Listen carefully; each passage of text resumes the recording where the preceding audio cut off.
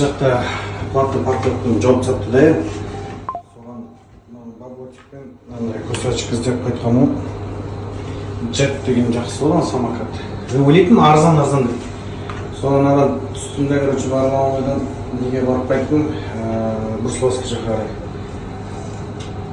алып бері қарай келсем 1800 теңге кеткен ойлашы бір самокатпен де жаңағы пауза қойып не істеп машинамен жылжығым келмейді кәдімгі пробка алматы тең болды.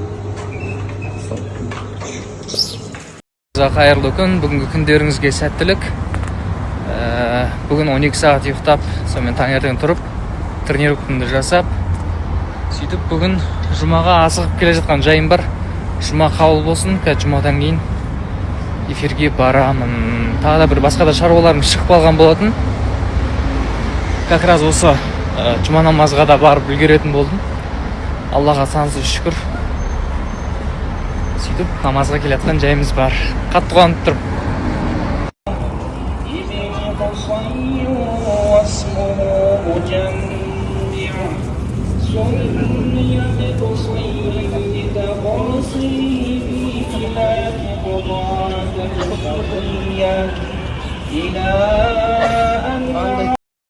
Ауыр заттарды көтеріп ішетін коробкам бар. Мама, қалай үйге кіремді білмей тұрмын.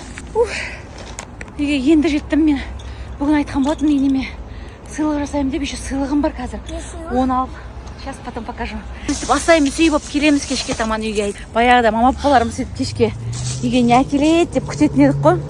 Қазір сол мама папа өзіміз болдық үйге керекті жарақтындарын тасып, көтеріп. Ауыр болып тұрмын. Мынаны көтеріп айтсаңыздаршы, ауыр мынау.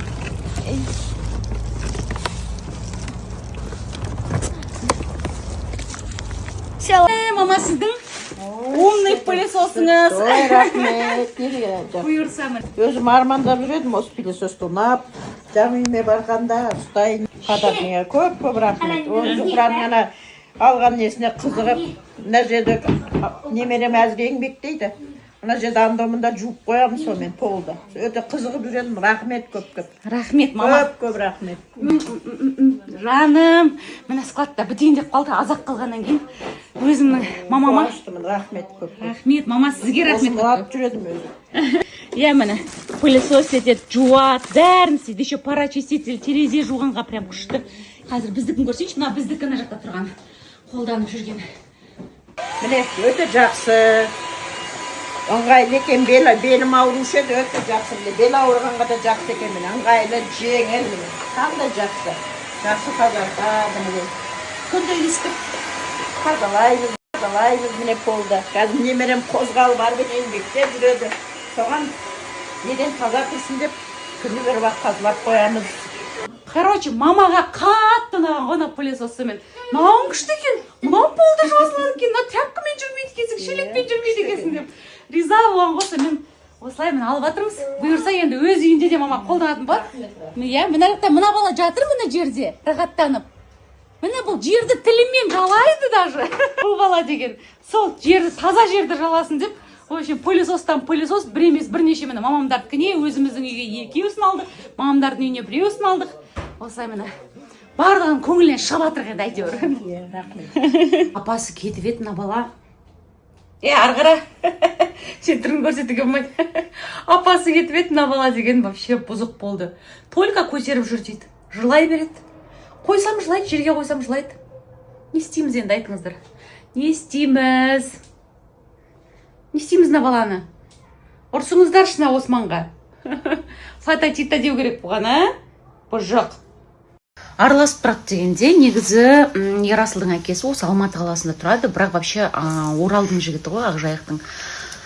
Сонымен недавно 4 теңге алып кеткен, бірақ былтыр күздерде ма, сол кезде соңғы рет бір көрген болатын, одан кейін осы жаздамын жазып аяқталғанда бір алды.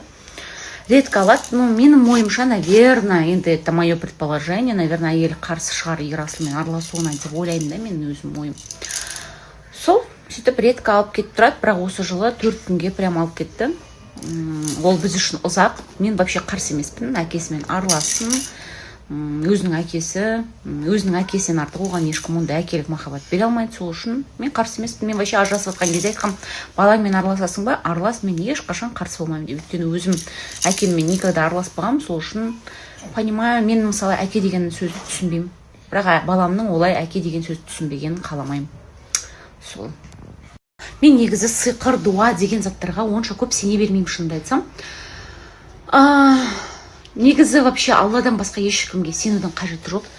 Жаратушы тұрғанда жаратылыстан не сұрайсың дейді ғой. Сол үшін мен вообще мүлде ондай заттарға сенбеймін. Но бірақ Құранда бар дуалау деген, анау мынау дегендер негізі Құранда бар екен, оказывается. Енді мен өзім лично оқыған жоқпын Құранды. Бірақ енді бар деп естідім. Сол үшін ондай заттар бар болса бар шығар, бірақ менің өмірімде ондай болған жоқ деп ойлаймын. Білмеймін, өзім сенбегеннен кейін как-то меня это не касается деймін да. И сонымен енді как-то ондай заттарға онша мән бере бермеймін, шынымды айтсам. Мен енді енемнің айтқан отзывы бойынша ғана айтайын. Бүйтіп өзімнен алып, там что-то придумывать дегенде я не люблю. Енем айтты, мен бұрын құлағым шуылдайтын деді. Давлениесі постоянно бар екен, өзімізде білеміз, постоянно бас ауырып қалады, бір нәрсе болса сразу давлениесі көтеріліп кетеді. Сол, так что енеме көмектесті. Енем әлі ішіп жүр.